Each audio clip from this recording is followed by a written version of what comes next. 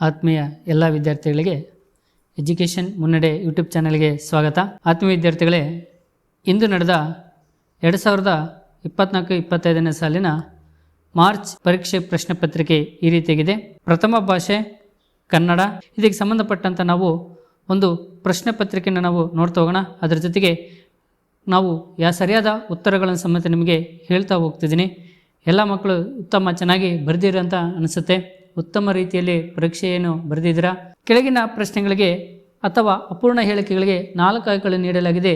ಅವುಗಳಲ್ಲಿ ಸೂಕ್ತವಾದ ಉತ್ತರವನ್ನು ಆರಿಸಿ ಕ್ರಮಾಕ್ಷರವನ್ನು ಬರೀರಿ ಅಂತೇಳಿ ಮೊದಲನೆಯದಾಗಿದೆ. ಇಲ್ಲಿ 6 ಪ್ರಶ್ನೆಗಳು ಕೇಳ್ತಾರೆ. ಮೊದಲನೇ ಪ್ರಶ್ನೆ ಈ ರೀತಿಯಾಗಿದೆ: ಅನುಸ್ವರ ವಿಸರ್ಗಗಳನ್ನು ಹೀಗೆನ್ನುವರು. ಹಾಗಾದರೆ ಇದಕ್ಕೆ ಸರಿಯಾದ ಉತ್ತರ ಯಾವುದು ಅಂತಂದರೆ, ಇದಕ್ಕೆ ಉತ್ತರ ಯಾವುದು? ಯೋಗ ವಾಹಗಳಂತೇಳಿ ಕರೀತಾ ಬರ್ತಾರೆ. ಮಕ್ಕಳೇ, ಎರಡನೇ ಪ್ರಶ್ನೆ ನೋಡ್ತಾ ಹೋಗೋಣ ನಾವು. ಎರಡನೇ ಪ್ರಶ್ನೆ: ಲೋಕದೋಳ್ ಎಂಬ ಪದದಲ್ಲಿರೋ ವಿಭಕ್ತಿ ಹೆಸರು.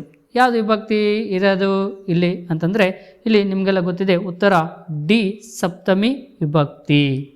ನೆಕ್ಸ್ಟ್ ಪ್ರಶ್ನೆ, ಮೂರನೇ ಪ್ರಶ್ನೆ ಈ ರೀತಿಯಾಗಿದೆ. ನಿಮ್ಗೆ ಹೇಳಿದೆ ಸಮಾಸಕ್ಕೆ ಸಂಬಂಧಪಟ್ಟಂಥ ಒಂದು ಪ್ರಶ್ನೆ ಖಂಡಿತ ಕೇಳ್ತಾರೆ ಅಂತೇಳಿ. ಮೂರನೇ ಪ್ರಶ್ನೆ ಈ ರೀತಿ ಇದೆ: ಕೆಂಗೇಡು ಪದವು ಈ ಸಮಾಸಕ್ಕೆ ಉದಾಹರಣೆಯಾಗಿರೋ ಪದ. ನಾನು ಕಳೆದ ಒಂದು ವಿಡಿಯೋದಲ್ಲಿ ಹೇಳಿದ್ದೆ ನಿಮಗೆ, ಈ ಪದ ಭಾಳ ವೆರಿ ಇಂಪಾರ್ಟೆಂಟು, ಭಾಳ ಸಲ ರಿಪೀಟ್ ಆಗಿರುವಂಥ ಒಂದು ಪ್ರಶ್ನೆ ಆಗಿದೆ ಅಂತೇಳಿ. ಹಾಗಾದರೆ ಇದಕ್ಕೆ ಸಂಬಂಧಪಟ್ಟಂತಹ ಒಂದು ಉತ್ತರ ಯಾವುದು ಅಂತಂದರೆ ಡಿ, ಕ್ರಿಯಾ ಸಮಾಸ. ನೆಕ್ಸ್ಟ್ ನಾವು ಪ್ರಶ್ನೆಯನ್ನು ನೋಡ್ತಾ ಹೋಗೋಣ. ನಾಲ್ಕನೇ ಪ್ರಶ್ನೆ ಹೇಗಿದೆ: ಯುದ್ಧಕ್ಕೆ ಹೋಗಿರುವ ತನ್ನ ಮಗನ ಕಣ್ಣುಗಳಂತೆ ಇವೆಯಲ್ಲ. ಇಲ್ಲಿ ಬಳಕೆಯಾಗಿರುವ ಲೇಖನ ಚಿಹ್ನೆಗೆ ಸಂಬಂಧಪಟ್ಟ ಒಂದು ಪ್ರಶ್ನೆ ಬಂದೇ ಬರುತ್ತೆ ಅಂತ ಹೇಳಿದ್ದೆ. ಹಾಗಾಗಿ ಇದಕ್ಕೆ ಸರಿಯಾದ ಉತ್ತರ ಬಿ, ಪ್ರಶ್ನಾರ್ಥಕ ಚಿಹ್ನೆ. ನೆಕ್ಸ್ಟ್ 5ನೇ ಪ್ರಶ್ನೆ ಈ ರೀತಿಯಾಗಿದೆ: ಅನುನಾಸಿಕ ಸಂಧಿಗೆ ಉದಾಹರಣೆಯಾಗಿರುವ ಪದ. ಅನುನಾಸಿಕ ಸಂಧಿಗೆ ಯಾವುದು ಉದಾಹರಣೆಯಾಗಿರೋ ಪದ? ಯಾವುದು? ಡಿ, ಸನ್ಮಾನ. ನೆಕ್ಸ್ಟ್ ಪ್ರಶ್ನೆ ಈ ರೀತಿಯಾಗಿದೆ. 6ನೇದು: ಜಾಣತನ ಎಂಬುದು ಈ ವ್ಯಾಕರಣಾಂಶಕ್ಕೆ ಸಂಬಂಧಿಸಿದೆ ಅಂತೇಳಿದೆ. ಅಂದರೆ ಇಲ್ಲಿ ತದ್ದಿತಂತ ಮತ್ತು ಕೃತಾಂತಗಳಲ್ಲಿ ಒಂದು ಪ್ರಶ್ನೆ ಬಂದೇ ಬರುತ್ತೆ ಅಂತ ಹೇಳಿದ್ನಲ್ವಾ. ಹಾಗಾದರೆ ಇದಕ್ಕೆ ಸರಿಯಾದ ಉತ್ತರ ಯಾವುದು ಅಂತಂದರೆ, ನೀವೆಲ್ಲ ಗೆಸ್ ಮಾಡಿರುವ ಆಗಿರ್ತೀನಿ ಕರೆಕ್ಟಾಗಿ, ತದ್ದಿತಂತ ಭಾವನಾಮ. ನಿಮಗೆಲ್ಲ ಗೊತ್ತಿದೆ. ಇಲ್ಲಿ ನಾನು ಹೇಳಿದೆ ನಿಮಗೆ, ನಾಮಪದನ ಕ್ರಿಯಾಪದನ. ನಾಮಪದ ಆಗಿದ್ದರೆ ಅದರಲ್ಲಿ ಯಾವುದಾದ್ರೂ ಒಂದು ಏನಾಗಿರುತ್ತೆ, ತದ್ದಿತಂತ ಅವ್ಯಯ ಭಾವ ನಾಮಪದ ಆಗಿರುತ್ತೆ ಅಂತ ಹೇಳಿದೆ. ಹಾಗಾಗಿ ಜಾಣತನ ಅನ್ನಂತ ಇರೋದನ್ನ ಇದು ತದ್ದಿತಂತ ಭಾವನಾಮ. ಮಕ್ಕಳೇ, ನಾವೀಗ ಎರಡನೇ ಹೆಡ್ಡಿಂಗನ್ನು ನೋಡ್ತಾ ಹೋಗೋಣ. ಎರಡನೇ ಹೆಡ್ಡಿಂಗ್ ಈ ರೀತಿಯಾಗಿದೆ: ಕೆಳಗಿನವುಗಳಲ್ಲಿ ಮೊದಲೆರಡು ಪದಗಳಿಗಿರುವ ಸಂಬಂಧದಂತೆ ಮೂರನೇ ಪದಕ್ಕೆ ಸರಿ ಹೊಂದುವ ಪದವನ್ನು ಬರೀರಿ ಅಂತಿದೆ. ಹಾಗಾದರೆ ಇದರಲ್ಲಿ 7ನೇ ಪ್ರಶ್ನೆ ನಾವು ನೋಡ್ತಾ ಹೋಗೋಣ. ದೃಷ್ಟಿ, ದಿಟ್ಟಿ, ತಪಸ್ವಿ. ಅದಕ್ಕೆ ಸರಿಯಾದ ಉತ್ತರ ಅದು ತವಸಿ. ಎಲ್ಲ ಬರೆದಿರ್ತೀರಲ್ವಾ, ಈಸಿಯಾಗಿದೆ. ನೆಕ್ಸ್ಟ್ 8ನೇ ಪ್ರಶ್ನೆ: ನಾನು ಅನ್ನೋದು ಪುರುಷಾರ್ಥಕ ಸರ್ವನಾಮ ಅಂದರೆ ಯಾರು ಅನ್ನೋದು ಯಾವುದು? ಯಾವುದು?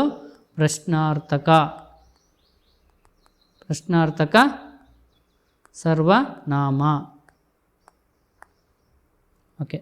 ನೆಕ್ಸ್ಟ್ ಪ್ರಶ್ನೆ 9ನೇದು: ಸುಮ್ಮನೆ ಅನ್ನೋದು ಸಾಮಾನ್ಯ ಅರ್ಥಕ ಅವ್ಯಯ ಆದರೆ ಸರಸರನೇದು ಅನುಕರಣ ಅವ್ಯಯ ಅಂತೇಳಿ ನೀವು ಬರಿಬೇಕಿಲ್ಲಿ. ನೆಕ್ಸ್ಟ್ ಪ್ರಶ್ನೆ ನೋಡ್ತಾ ಹೋಗೋಣ. 10ನೇದು: ಸಕ್ಕಾರಿ, ಸಕ್ಕರೆ. ಕಳುವ್ಯಾರ್ಯ ಅನ್ನೋದು ಕಳುಹಿಸಿದ್ದಾರೆ ಅಂತೇಳಿ ಇದು ಗ್ರಾಂಥಿಕ ರೂಪಕ್ಕೆ ಸಂಬಂಧಪಟ್ಟಂಥ ಪದವಾಗಿದೆ. ಮಕ್ಕಳೇ, ನೆಕ್ಸ್ಟ್ ಹೆಡ್ಡಿಂಗ್ ನಾವು 3ನೇ ಹೆಡ್ಡಿಂಗ್ ನೋಡ್ತಾ ಹೋಗೋಣ. ಈ ಕೆಳಗಿನ ಪ್ರತಿಯೊಂದು ಪ್ರಶ್ನೆಗೆ ಒಂದೊಂದು ವಾಕ್ಯದಲ್ಲಿ ಉತ್ತರ ಬರೀರಿ ಅಂತಿದೆ. ಇದು ನೋಡ್ತಾ 7 ಪ್ರಶ್ನೆಗಳು ನೀವು ಬರೆದ 7 ಅಂಕಗಳು ಪೂರ್ತಿಯಾಗಿ ಸಿಗ್ತಾ ಹೋಗುತ್ತೆ. ನೋಡ್ತಾ ಹೋಗೋಣ. 11ನೇ ಪ್ರಶ್ನೆ: ಶಾನುಭೋಗರ ಬ್ರಹ್ಮಾಸ್ತ್ರ ಯಾವುದು? ಹಾಗಾದರೆ ಶಾನುಭೋಗರ ಬ್ರಹ್ಮಾಸ್ತ್ರ ಯಾವುದಾಗಿತ್ತು? ಏನಂತ ಬರೀಬೇಕು?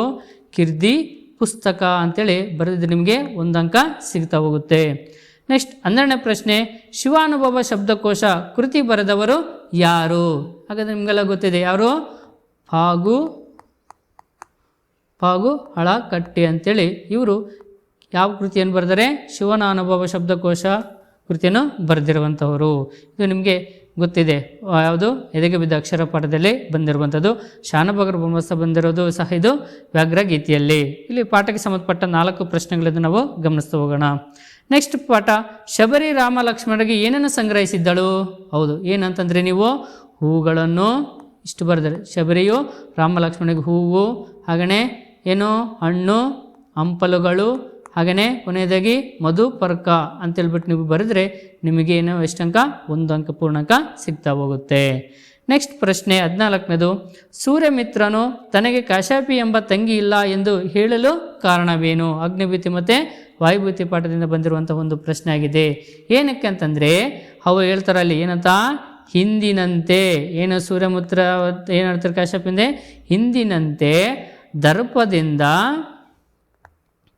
ದರ್ಪದಿಂದ ಕೆಡುವರು ಎನ್ನುವಂಥ ಮನೋಭಾವನದಿಂದ ಅವನೇನು ಹೇಳ್ತಾನೆ, ತನಗೆ ತಂಗಿ ಇಲ್ಲ ಅಂತೇಳ್ಬಿಟ್ಟು ಸೂರ್ಯಮಿತ್ರನು ಅಗ್ನಿಭೂತಿ ಮತ್ತು ವಾಯುಭೂತಿ ಹತ್ರ ಹೇಳಿರುವಂಥ ನೀವು ಇಷ್ಟು ಬರೆದು ನಿಮಗೆ ಪೂರ್ಣಾಂಕ ಸಿಗ್ತಾ ಹೋಗುತ್ತೆ. ನೆಕ್ಸ್ಟ್ 15ನೇ ಪ್ರಶ್ನೆ ನೋಡ್ತಾ ಹೋಗೋಣ. ದುರ್ಯೋಧನನು ಯಾರಿಬ್ಬರನ್ನು ಕೊಂದು ಬಳಿಕ ಸಂಧಿ ಮಾಡಿಕೊಳ್ಳುವುದಾಗಿ ಇಲ್ಲಿ ಹೇಳಿರ್ತಾನೆ. ಹಾಗಾದರೆ ನಿಮಗೆ ಗೊತ್ತಿದೆ ಇಲ್ಲಿ ಏನು ಸಂಧಿ ಕಾರ್ಯವನ್ನು ಮಾಡ್ಕೊಳ್ತಾನೆ ಅಂತ ಹೇಳಿರ್ತಾನೆ. ಯಾರು? ದುರ್ಯೋಧನ. ಯಾರಾದ ನಂತರ ನಿಮಗೆಲ್ಲ ಗೊತ್ತಿದೆ. ಯಾರು? ಪಾರ್ಥ ಮತ್ತು ಭೀಮರು. ಪಾರ್ಥ ಭೀಮರು ಹತ್ರ. ನೆಕ್ಸ್ಟ್ ಪ್ರಶ್ನೆ 17ನೇ ಪ್ರಶ್ನೆ 16ನೇ ಪ್ರಶ್ನೆ ಈ ರೀತಿಯಾಗಿದೆ. ನೋಡ್ತಾ ಹೋಗೋಣ. 15ನೇ ಪ್ರಶ್ನೆ, ಮುನಿಸುತರು ಲವನ ಕುದುರೆಯನ್ನು ಕಟ್ಟಿದ್ದನ್ನು ಕಂಡು ಹೆದರಲು ಕಾರಣವೇನು? ಇದು ವೀರಲವ ಪದ್ಯದಿಂದ ಕೇಳಿದು.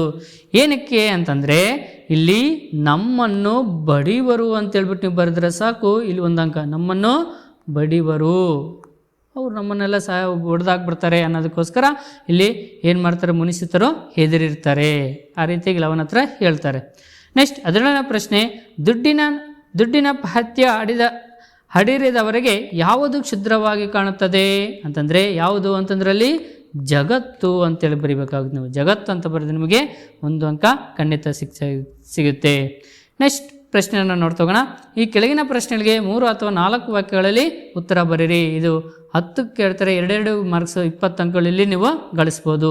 ನಾನು ಇಲ್ಲಿ ಆನ್ಸರ್ ಹೇಳ್ತಾ ಹೋಗಲಿ, ಯಾವ ಪಾಠದಿಂದ ಬಂದಿತ್ತು ಅಂತ ಹೇಳ್ಬಿಟ್ಟು ನಿಮಗೆ ಹೇಳ್ತಾ ಹೋಗ್ತೀನಿ, ನೋಡ್ಕೊಳ್ತಾ ಹೋಗ್ರಿ. ಆಂಗ್ಲ ಭಾಷೆ ವಿಶ್ವವ್ಯಾಪಿ ಆಗಲು ಕಾರಣವೇನು ಅನ್ನೋಂಥದ್ದು ಇದು ನಮ್ಮ ಭಾಷೆಯಲ್ಲಿ ಬಂದಿರುವಂಥ ಒಂದು ಪಾಠದಿಂದ ಬಂದಿರುವಂಥ ಒಂದು ಪ್ರಶ್ನೆ. ಇದು ನೀವು ನಮ್ಮ ಆಂಗ್ಲ ಭಾಷೆ ಹೇಗೆ ವಿಶ್ವವ್ಯಾಪಿ ಆಗಿದೆ ಅಂತ ಹೇಳ್ಬಿಟ್ಟು ಒಂದು 3 ಅಥವಾ 4 ಅಂಕಗಳು ಬರೆದ್ರೆ ನಿಮಗೆ ಇಲ್ಲಿ 2 ಅಂಕ ನಿಮಗೆ ಸಿಗ್ತಾ ಹೋಗುತ್ತೆ. 2 ಅಂಕ ಖಂಡಿತ. ನೆಕ್ಸ್ಟ್ 19ನೇ ಪ್ರಶ್ನೆ, ಶಾನುಭೋಗರಿಗೆ ಮೊದಲಿಂಗಿನ ಕಣಿವೆಯಲ್ಲಿ ಬರುವಾಗ ಮನದಲ್ಲಿ ಮೂಡಿದ ಯೋಚನೆಗಳು ಯಾವ್ಯಾವು? ಹೌದು, ಇದು ವ್ಯಾಘ್ರಗೀತೆಯಿಂದ ಬಂದಿರುವಂಥ ಒಂದು ಪ್ರಶ್ನೆ. ಇಲ್ಲಿ ಅವ್ರ ಮನದಲ್ಲಿ ಮೂಡಿದಂಥ ಯೋಚನೆಗಳು ಯಾವಂತ ಬರೆದ್ರೆ ಸಾಕು, ನಿಮಗೆ ಇಲ್ಲಿ 2 ಅಂಕ ಇಲ್ಲಿ ಸಿಗ್ತಾ ಹೋಗುತ್ತೆ ಪೂರ್ಣಾಂಕಗಳು. ನೆಕ್ಸ್ಟ್ 20ನೇ ಪ್ರಶ್ನೆ, ಅರಿವನ್ನು ಕುರಿತು ವಚನಕಾರ ದೃಷ್ಟಿಯನ್ನು ವಿವರಿಸಿರಿ.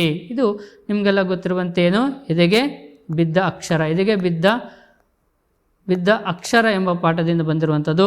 ಹೇಗೆ ಅರಿವನ್ನು ಕುರಿತು ವಚನಕಾರರು ಹೇಳಿದ್ದಾರೆ ಅಂತ ಬರೆದು ನಿಮಗೆ ಇಲ್ಲಿ 2 ಅಂಕ ಪೂರ್ತಿಯಾಗಿ ಸಿಗ್ತಾ ಹೋಗುತ್ತೆ.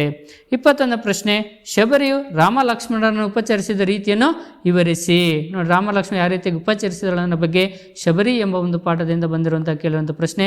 ಇದು ಪೂರ್ತಿಯಾಗಿ ಬರೆದು ಇಲ್ಲೂ ಸಹ ನಿಮಗೆ 2 ಅಂಕ ಸಿಗ್ತಾ ಹೋಗುತ್ತೆ. ನೆಕ್ಸ್ಟ್ ನೋಡಿಲಿ, ಪಾಠದಿಂದ ಎಷ್ಟು ಪ್ರಶ್ನೆಗಳು? 4 ಪ್ರಶ್ನೆಗಳು ನಮಗೆ ಬಂದಿರೋ ಗಮನಿಸ್ತಾ ಬರ್ತೀವಿ.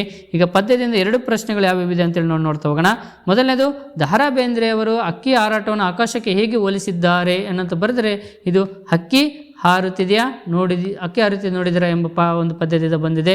ಬರೆದರೆ ನಿಮಗೆ ಇಲ್ಲಿ 2 ಅಂಕ ಪೂರ್ಣಾಂಕ ಸಿಗ್ತಾ ಹೋಗುತ್ತೆ. 23ನೇ ಪ್ರಶ್ನೆ, ಈ ನೆಲದೊಡನೆ ತಾನು ಸಹಬಾಳ್ವೆ ಮಾಡುವುದಿಲ್ಲವೆಂದು ದುರ್ಯೋಧನ ಹೇಳಲು ಕಾರಣವೇನು? ಯಾವುದು ಇದು? ಚಲಮನೆ ಮೆರಿವೆಂ ಎಂಬ ಪಾಠದಿಂದ ಪದ್ಯದಿಂದ ಬಂದಿರುವಂಥ ಒಂದು ಪ್ರಶ್ನೆ. ಇದು ಬರೆದ್ರೆ ನಿಮಗೆ ಇಲ್ಲೂ ಸಹ 2 ಅಂಕ ಸಿಗ್ತಾ ಹೋಗುತ್ತೆ.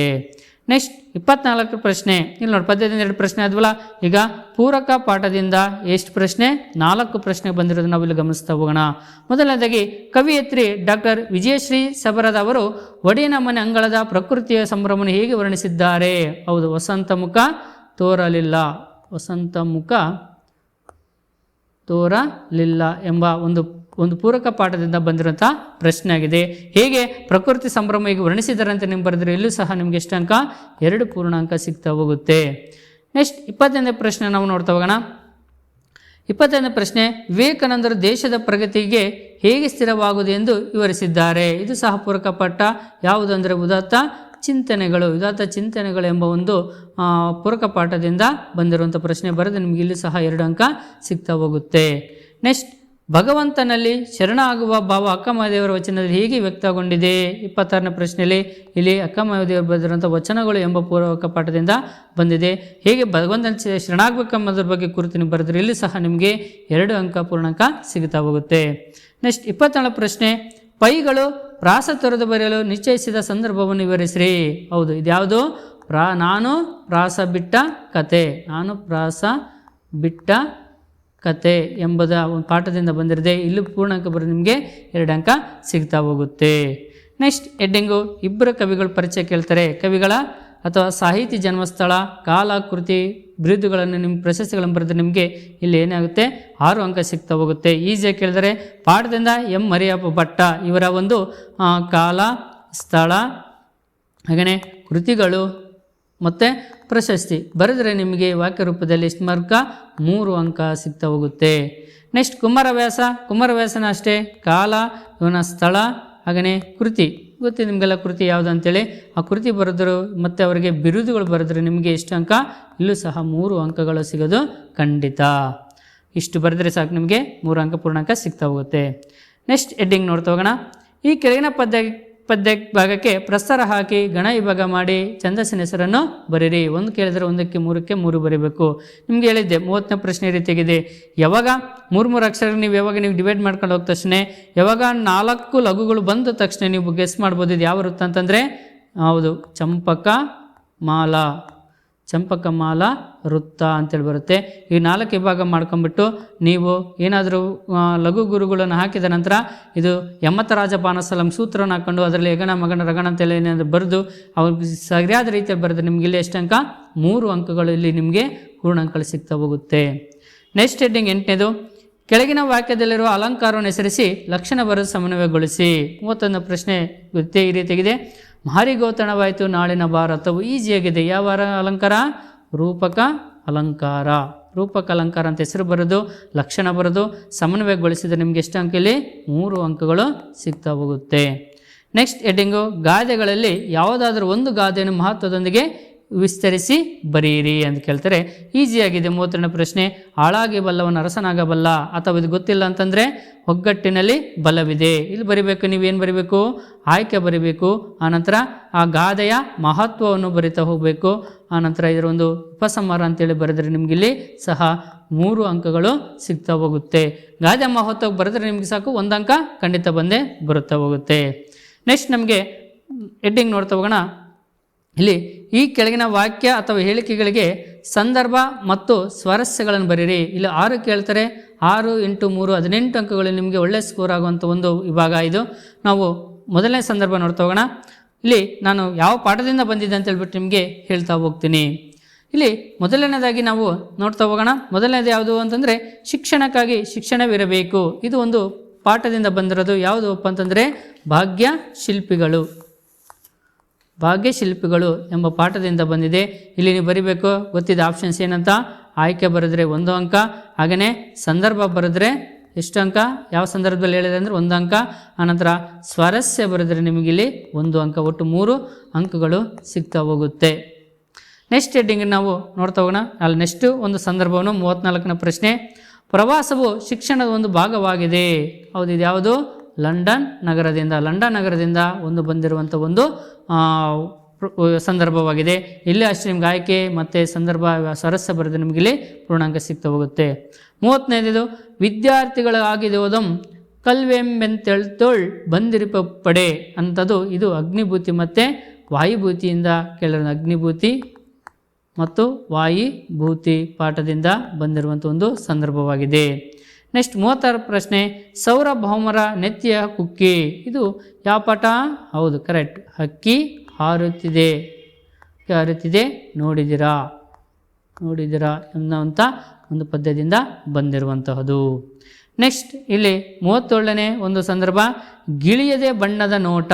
ಯಾವುದಿದು? ಹಸಿರು ಪದ್ಯದಿಂದ ಬಂದಿರೋದು. ಕುವೆಂಪುರವರು ಬರೆದಿರುವಂಥದ್ದು.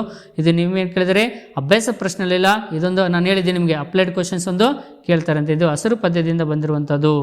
ನೆಕ್ಸ್ಟ್ 38ನೇ ಸಂದರ್ಭ, ಊರ್ವಿಯಳು ಕೌಶಲ್ಯ ಪಡೆದ ಕುವರಂ ರಾಮನೋರ್ವನೇ ವೀರ ಎನ್ನುವಂಥದ್ದು. ಇದು ಯಾವುದು? ವೀರಲವ ಎಂಬ ಪದ್ಯದಿಂದ ಬಂದಿರುವಂಥ ಒಂದು ಪ್ರಶ್ನೆ ಆಗಿದೆ. ಇದನ್ನು ಪೂರ್ತಿಯಾಗಿ ಬರೆದರೆ ನಿಮಗೆ ಪೂರ್ಣಾಂಕ ಸಿಗ್ತಾ ಹೋಗುತ್ತೆ. ಹಾಗಾಗಿ ಮಕ್ಕಳೇ ನೀವು ಪೂರ್ತಿಯಾಗಿ ನೀವು ಅಂಕಗಳನ್ನು ಬರೋದಕ್ಕೆ ನೋಡ್ಕೊಳ್ತಾ ಹೋಗಬೇಕು. ನೆಕ್ಸ್ಟ್ ಹೆಡ್ಡಿಂಗ್ ನಾವು ನೋಡ್ತಾ ಹೋಗೋಣ. ನೆಕ್ಸ್ಟ್ ಹೆಡ್ಡಿಂಗಲ್ಲಿ ನಾವು ನೋಡೋದಾದರೆ ಯಾವ ಪಾಠದಂತೆ ಒಂದು ಪೂರ್ಣಾಂಕ ಸಿಗುವಂಥ ಒಂದು ಮುಖ್ಯವಾದಂಥ ಒಂದು ಭಾಗ ಅದ್ಯಾವುದು ಅಂತಂದರೆ ಇಲ್ಲಿ ಕೆಳಗಿನ ಪದ್ಯ ಭಾಗವನ್ನು ಪೂರ್ಣಗೊಳಿಸಿ ಬರೆಯಿರಿ. 39ನೇದು ಇಲ್ಲಿ ಗೊತ್ತಿದೆ. ಇದು ಯಾವುದು ಅಂತಂದರೆ ಕೆಮ್ಮನೆ ಮೀಸೆ ಒತ್ತನೆ ಎಂಬ ಒಂದು ಪದ್ಯದಿಂದ ಕೇಳಿರುವಂಥದ್ದು. ಯಾವುದು ಅಂತಂದರೆ ಅಂತು ಎಂಬನ್ ಹರಿಗೆ ಅಂತೇಳಿ ಇಲ್ಲಿ ಆಲ್ರೆಡಿ ಅವ್ರು ಕೊಟ್ಟಿದ್ದಾರೆ. ನೀವು ಮುಂದಕ್ಕೆ ಬರೆದು ಪಿರಿದಂ ಭ್ರಾಂತು ದಲೇಂ ದ್ರೋಣಂ ಪಿರಿದಂ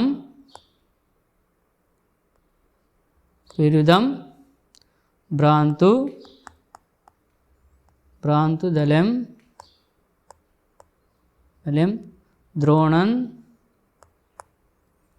ದ್ರೋಣನೆಂಬನೆಂ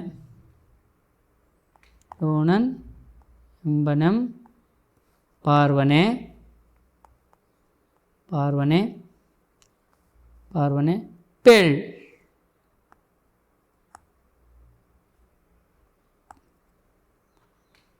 ಪೇಳ್ವೆಂತೆನೆಗೆ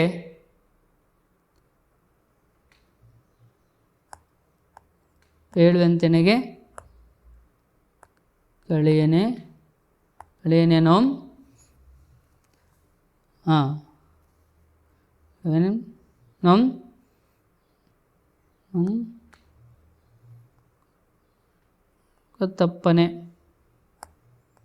ತಪ್ಪನೆನ್ನರಿಯದೆ